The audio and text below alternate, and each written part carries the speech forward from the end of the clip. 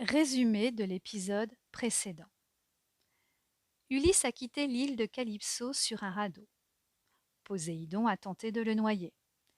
Il se retrouve en pleine mer, nu, en train de nager, accroché à un rondin de bois et un bout de tissu. 79e épisode où une fille de roi recueille un naufragé. Sur une île, quelque part en Méditerranée, une jeune fille dormait paisiblement. Elle s'appelait Nausicaa et était la fille du roi et de la reine des Phéaciens. Le jardin qui entourait son palais était rempli d'arbres aux branches chargées de fruits magnifiques. Sur l'une d'elles, cette nuit-là, une chouette s'était perchée. L'oiseau se pencha vers la fenêtre de la chambre de Nausicaa et il lui envoya un rêve. Dans son sommeil, Nausicaa s'agita. On lui reprochait sa négligence. Tu n'aides pas assez ta mère, lui disait l'une de ses meilleures amies. Tu pourrais participer davantage aux travaux de la maison. La jeune fille poussa un soupir. Dans ce rêve, elle essayait de se défendre, de se justifier, mais aucun son ne sortait de sa bouche. Son amie continuait sévèrement. N'as-tu pas vu tout le linge sale qu'il reste à nettoyer? N'as-tu aucun cœur pour ne penser qu'à jouer et t'amuser au lieu de soulager ta mère? Le visage de son amie se transformait en une tête monstrueuse au fur et à mesure que sa colère grandissait. Ses yeux crachaient des flammes, sa bouche des serpents. Nausicaa poussa un cri et se réveilla. La lune éclairait sa chambre. La jeune fille, le cœur battant, se promit de s'occuper de la maison dès l'aube. Elle ne vit pas la chouette s'envoler sans bruit dans la nuit. Athéna avait rempli sa mission. Lorsque Aurore, aux doigts de rose, se leva, Nausicaa n'avait pas oublié les bonnes résolutions que le rêve lui avait inspirées. Elle courut voir ses parents et les supplia. Donnez-moi l'autorisation de partir à la rivière avec les servantes du palais. Nous irons laver le linge ensemble. Le roi et la reine acceptèrent, ravis de cette initiative soudaine. Et c'est en chantant que la troupe de jeunes filles se dirigea vers la rivière. Toute la journée, elles trempèrent le linge dans l'eau, le frottèrent, le tordirent en s'éclaboussant joyeusement.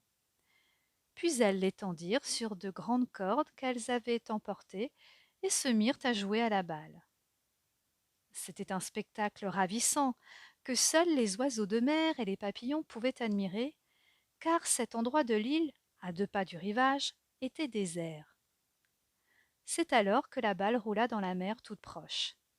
Attention, les vagues vont l'emporter, cria une servante. Dépêchez-vous de la rattraper, hurla une autre. Les cris réveillèrent un homme étendu sur le sable.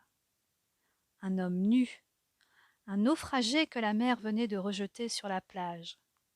Cet homme, bien sûr, c'était Ulysse. Les voix lui firent ouvrir les yeux et ils découvrirent qu'il était vivant. Sa première pensée fut pour Athéna, sa déesse protectrice, pour la remercier de l'avoir sauvé.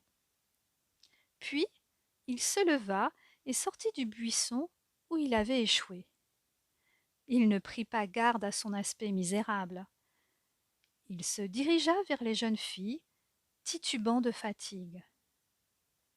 Lorsqu'elles virent surgir devant elles cet homme nu, sale et hagard, elles s'enfuirent toutes en hurlant. Toutes, sauf une.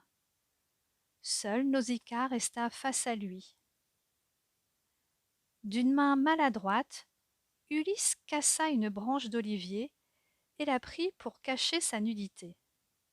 Puis il s'approcha de la jeune princesse et lui dit: Oh, belle fille, tu dois être une nymphe ou une déesse.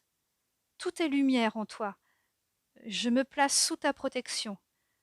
Je viens de si loin, j'ai traversé tant et tant d'épreuves. Je t'en prie, aide-moi. Il parlait avec difficulté, mais il semblait sincère. Nausicaa n'avait pas peur, et lorsqu'il lui demanda Aide-moi, elle entendit Aime-moi, et déjà son cœur était prêt. En souriant, elle lui tendit la main. Ulysse tomba à genoux et y déposa un baiser. Attends-moi, je reviens, lui dit-elle. Sans perdre un instant, Nausicaa courut vers les mules qui les avaient conduites jusqu'ici. Elle sortit de leur panier du pain, du fromage, des olives, et attrapa une gourde pleine de lait de brebis. Puis, elle se dirigea vers les cordes où le linge claquait au vent. Elle décrocha des habits d'homme. Ses compagnes, restées prudemment à l'écart, la regardaient faire sans bouger. Nausicaa les houspilla.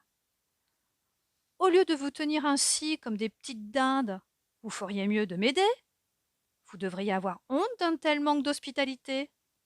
Cet homme surgi de la mer nous est sûrement envoyé par les dieux. Les bras chargés, elle retourna auprès d'Ulysse. Elle l'habilla, le nourrit, lui donna à boire. Ulysse se laissait faire, heureux de cette chance inespérée. Peu à peu, les servantes s'étaient enhardies. Maintenant, elles entouraient le naufragé d'attention. Nausicaa le couvait du regard. L'après-midi se terminait, le soleil se couchait à l'horizon, empourprant chaque vague, chaque grain de sable de sa fièvre rouge.